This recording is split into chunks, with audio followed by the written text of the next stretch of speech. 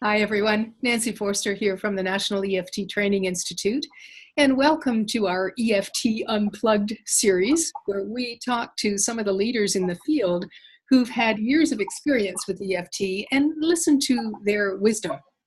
We're at an interesting place in the evolution of EFT, emotional freedom techniques. We're still a fairly young modality, and Gary Craig, the founder, offered it to us on a grassroots level in the late 90s. And it was such an interesting time because we immediately had just hordes of anecdotal reports about how effective this was, but we had no research whatsoever.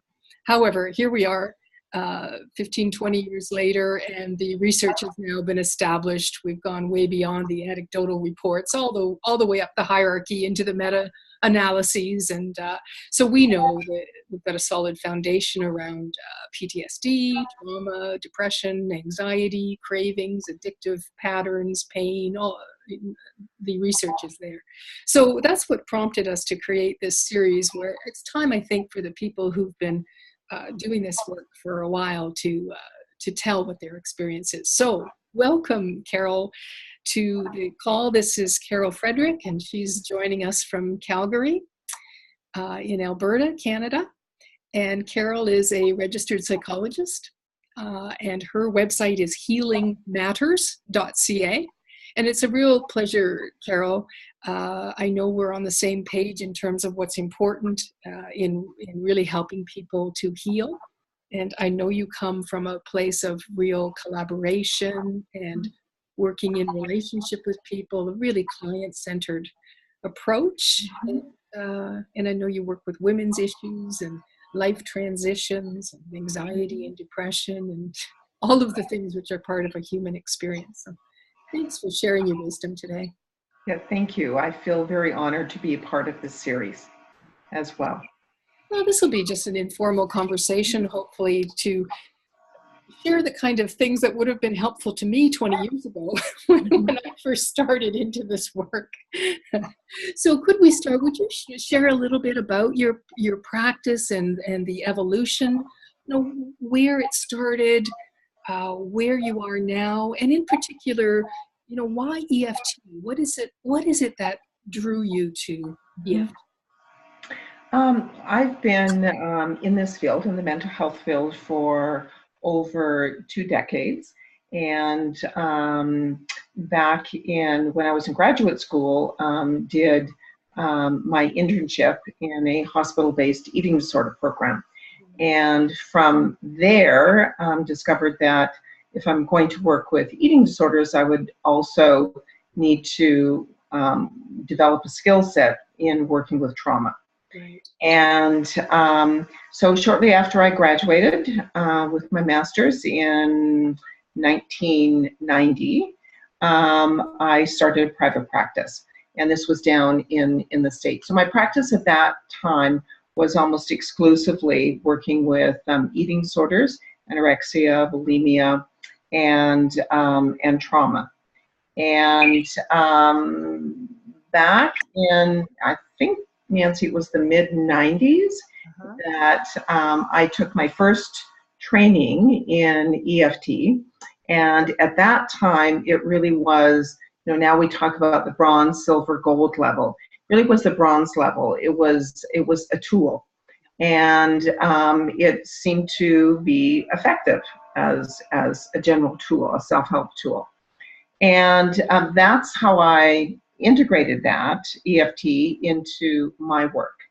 And then probably about 2 years ago, Nancy found me on LinkedIn, and I'd been thinking about EFT and doing some research and realizing that the research that had been done was phenomenal over the last decade, which I wasn't as aware of, in that I wasn't so much a part of the EFT community as much as using EFT in my practice. So really missed a period of time that I could have done further training. And then last June went out to Toronto to a training that Nancy was offering, and did a 3-day training, and have now been using EFT at a much deeper and therapeutic level. So there's the self-help piece, which is helpful, but it doesn't, get to the deeper issues, the core of what's actually, contributing to the presenting issues that we see in our. What's underlying the behaviors that, in the disordered eating, for example, what's underneath that. Yeah. That's great. And so in my practice now, I do most of my work is around eating issues, so disordered eating, emotional eating, anxiety disorders, PTSD, trauma, and I very much enjoy, but to see the range of how all of those manifest, whether it's with someone in their 20s, with a woman who's middle-aged, and how it's reemerging in terms of PTSD and trauma, all the way from, adult trauma, sexual abuse, rape, to child experience, to I've worked with corrections officers who are experiencing PTSD. And so it's really quite a range. And anxiety disorders are almost every client I see. It's somewhere in there. Absolutely. Yeah. So let me ask you what I call the elephant question. Because, this is kind of weird. It's a bit of a departure from some of our conventional modalities, cognitive, behavioral, etc., in that we're tapping on acupressure points as we're lighting up certain neural pathways in order to clear these blockages.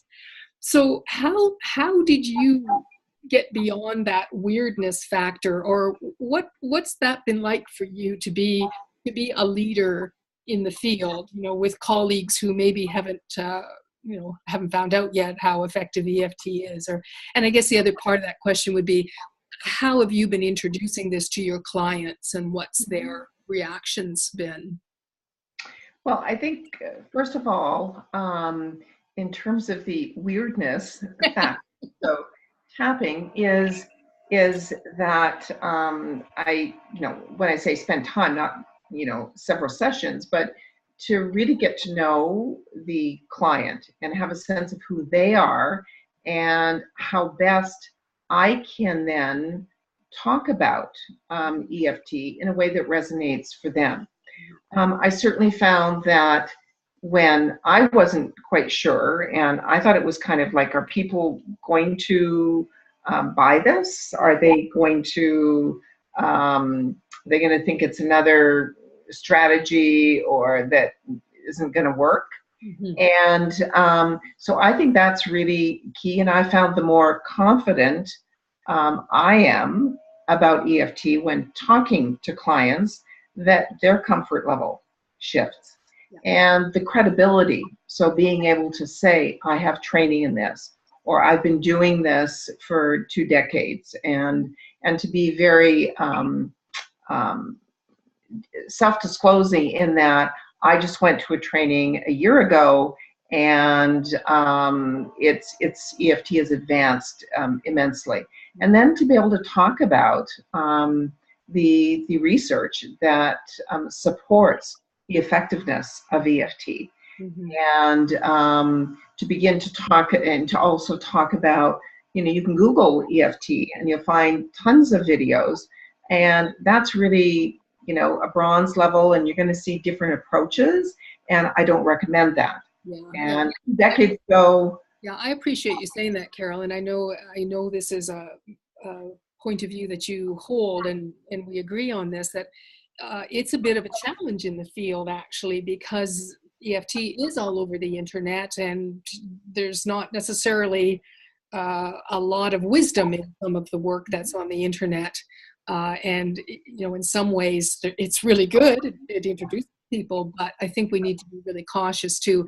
And so what we're talking about goes much deeper than the kind of tapping. And that's, when I'm talking with clients about EFT, one, I do talk about the research, and depending on who the client is, how much do I share, how much knowledge would they have, and the words I use to describe EFT. Yeah. And all of us as clinicians, we see clients, they come in, they have, and that's why it's called a presenting issue, it's the presenting issue. There's something underlying that issue.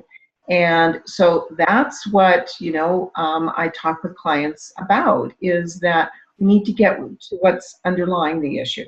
Yeah, and I can tell even as you're sitting there, although we don't have a full body picture of you, you're pointing to your body and you're saying, that what's underlying the presenting issue is in the body. Yes. Yes.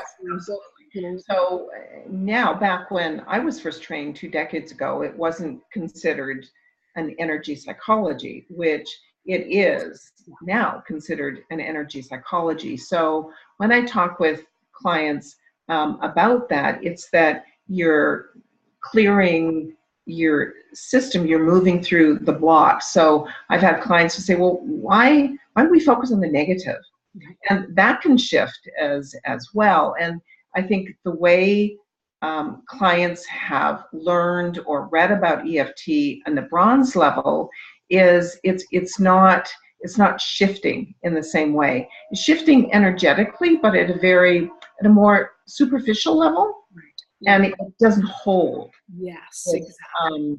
So for myself, if I'm doing, I try to meditate most days, and if I'm feeling frazzled and I'm not focused, I might do EFT, a few rounds of EFT, I'm focused and I can do my meditation. Yeah. Or I might use it in a way that I get kind of an aha.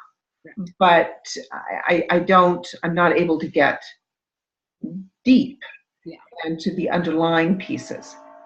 Yeah. And I like the way you're talking about it. Really is about a clearing of what energetically is underneath the presenting issue. And we know that's going to have emotional components. It's going to have cognitive components. It's going to be a lot to it.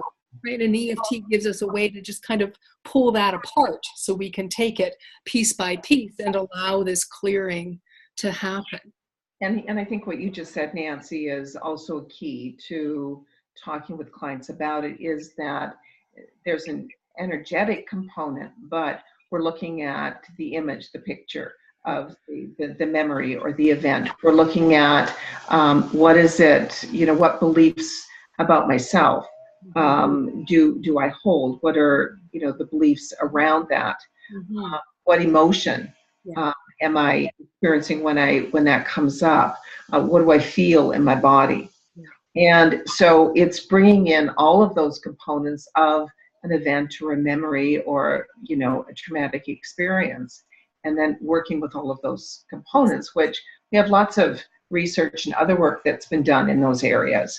And so we know that those are important aspects, and that aspects of those memories get locked, become barriers, become blocks. Yes, exactly. One of the interesting things for me, having been around this EFT world for 20 some odd years now, is, and knowing from the start that it worked, but not really understanding why it worked. But now watching the evolution of the trauma field, for example, and every time we get a new piece of research around trauma or a new understanding of trauma, and I'm forever going, oh, that's why EFT works. Oh, that makes sense why we get such results with EFT. So it's almost like watching all these fields integrate, which is a lovely experience. Yeah. So tell me then, how do you actually use EFT in your work? So, maybe you want to speak about your own personal work, or maybe you'd like to speak about your practice and how you would work with a client using EFT. I'm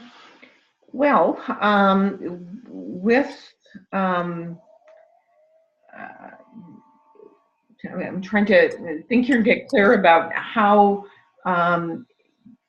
usually what happens for me is with a client, when I understand more about the presenting issue, I try to get as much history as I can to know, what might be some triggers for the client, that EFT is not something you just jump into the first session.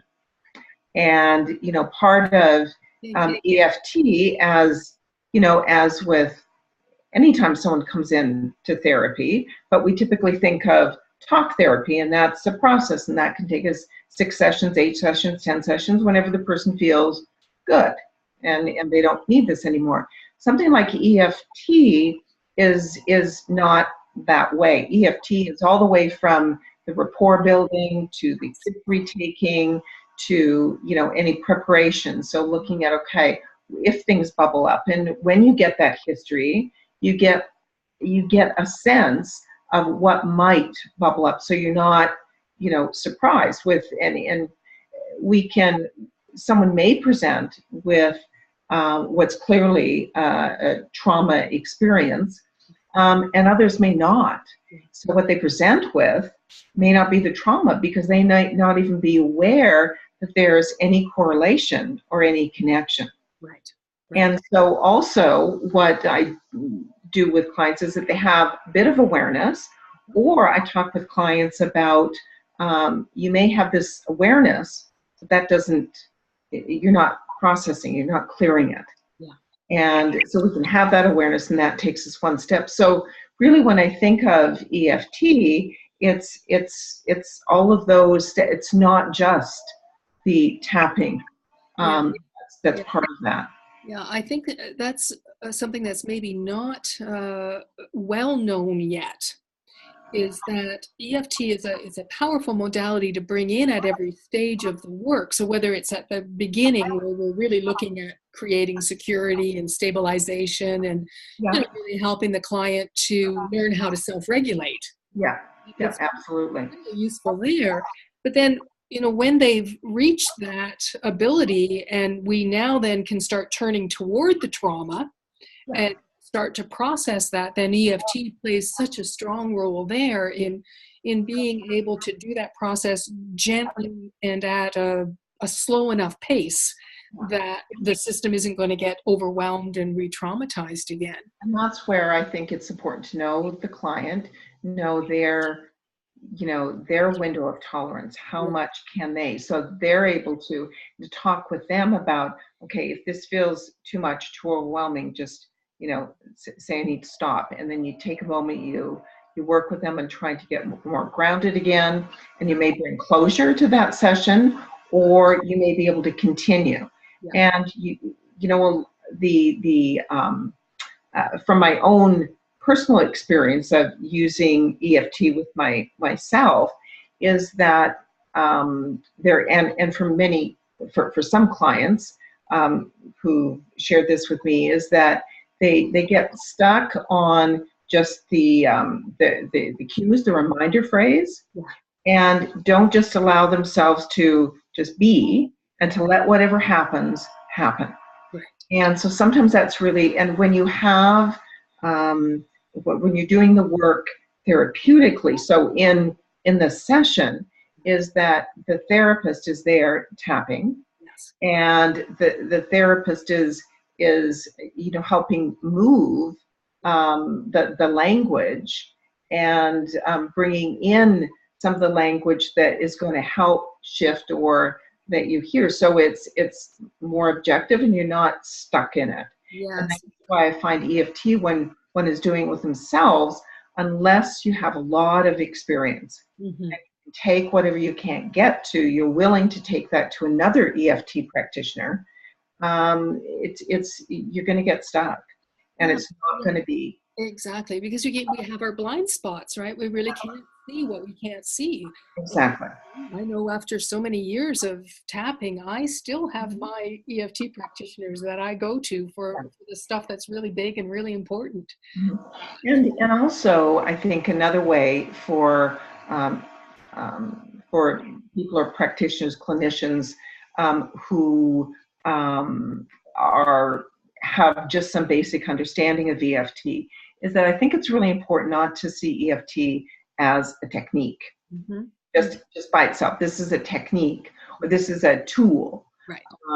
Is that it's a therapeutic process. It's a therapeutic approach. And so what we do in talk therapy is, where are the blocks and where are the barriers, but we can talk about it, but EFT allows us to identify those and work, and where they often organically appear because it's a body experience. That's been my experience too. I have so much greater respect for the body now because it will let us know what it is that's in the way of healing and growth. Yeah. It'll take us right to the trauma, or it'll take us right to the belief that's associated with that presenting issue. Exactly. And so it astounds me, actually, because it defies logic and rational thought, right? So just engaging in the process of this acupressure tapping will surface what those blocks are and give us a chance to resolve them. And often I've heard from clients that, like, where did that come from? And I had no idea it would be this intense emotionally for me. Or so, and what, and often with EFT, which I'm sure with other, therapeutic approaches, is that, well, am I doing it right? Yes. Yeah. So, and so it's new and it's different, and am I doing it right? There isn't a right way. There isn't a right way. The right way. Yeah, exactly. And you just need to let whatever happens happen. Yeah, beautiful. And not to get in their head about it. Is this right? And what should come next? And what should I be feeling? And sometimes some clients can do that very easily, and other clients can't. Yes. So sometimes it's looking at what's stopping them. Right. And then doing some work around that. Yeah, it's interesting, isn't it? That very often it's what I find is that when the client stops their EFT work, is really signaling us that we're very close to what the issue is, and that the whole system is saying, whoa, hold it, I'm not so sure I want to go there, which then that becomes the issue that we can work with. Exactly. Well, let me ask you sort of in a nutshell. So last question. Okay. In a nutshell, why are you a proponent of EFT? And to the extent that you're actually organizing, trainings, inviting me to come out to Calgary and do trainings with psychologists. So what is it that you love about EFT and the impact it's had on your life and your work? Well, one, I think it's as,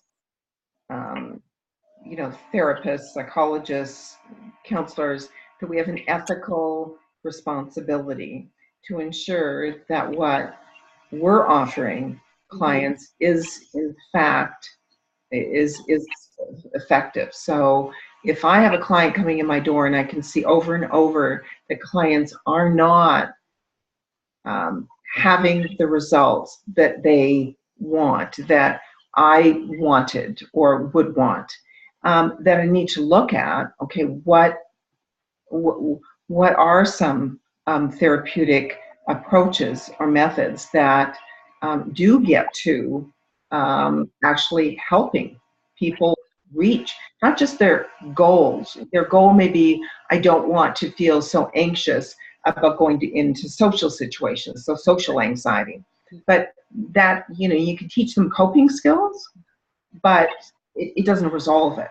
It doesn't get to what was the original, let's say, trauma that led to that. And I think for myself, I've seen the effects. I've seen people not just have ahas or making correlations or between my behavior now and something that happened when I was 8. It's that I don't do this anymore, or I do it less, or I don't, not just my anxiety isn't as intense, is that it really isn't something that causes me distress. And I think, that's really key for me, is that whenever they're done with therapy, is that they don't have that level of distress. And yes, there are clients who come in, do a piece of work, and come back 6 months later, do another piece, Sure. 2 years later, and do another piece. Yeah. I think the evidence, the research, supporting the effectiveness of EFT is significant. Yeah. And I think there are 100 peer-reviewed studies that demonstrate the effectiveness. And 4 meta-analyses, and exactly 98% pointing toward the effectiveness of EFT. And yeah. And so for me, and the reason bringing this out here is, as I, after I first connected with you, Nancy, and then I was looking at trainings and, well, do I need to go out east, or can I do some?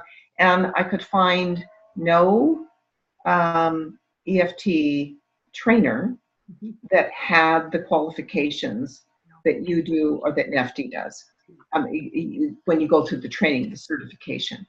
And so I didn't feel that I could get the training I needed. And so bringing you out here, Nancy, to do this is so that, I hear other colleagues of mine talking about EFT and EFT tapping. And I think I've mentioned to you, there are different radical tapping and different types of tapping. And it's like, what is that? Yeah. And, what I hear is I don't hear that these people have gone through extensive training. And there isn't the ongoing. So I think bringing it out here, people are getting, psychologists, counselors are getting the level of training that they need to have to be using EFT. Yes, and to be able to integrate it into what they already know. Exactly. So some people are, that's what they do, EFT. And that's what they do with most people that come into their office. Mm-hmm. Other people, like myself, I integrate it into my work, but it's a key part of my work. So if you go onto my website, the 3 modalities, EFT is one of them. Mm-hmm. Exactly. And so I think that that's really important. And again, I think we have an ethical responsibility to ensure that if we're talking EFT or we're talking tapping, that we're using the language we need to be. We're real clear about that. We're real clear about the difference in certification in EFT and watching a few videos and reading a few articles. Yeah, beautiful, beautiful. Yeah. Well, thank you so much. I am just delighted to have been able to spend some time with you and to hear your thoughts. So thank you, Carol, so much. Thank you, Nancy. I feel very, very honored, and to be interviewed and to be seen as a leader. And I feel very honored to have you coming out to do the training with other counselors, psychologists, because I think it's really, really needed. That's beautiful. Thank you so much. Yeah. And if you would like to connect with Carol, again, her website is healingmatters.ca, and I'm sure she'd be delighted to hear from you. And so let's say goodbye, and thank you again, and have a great day, okay? Thank you, Nancy. Bye, everybody.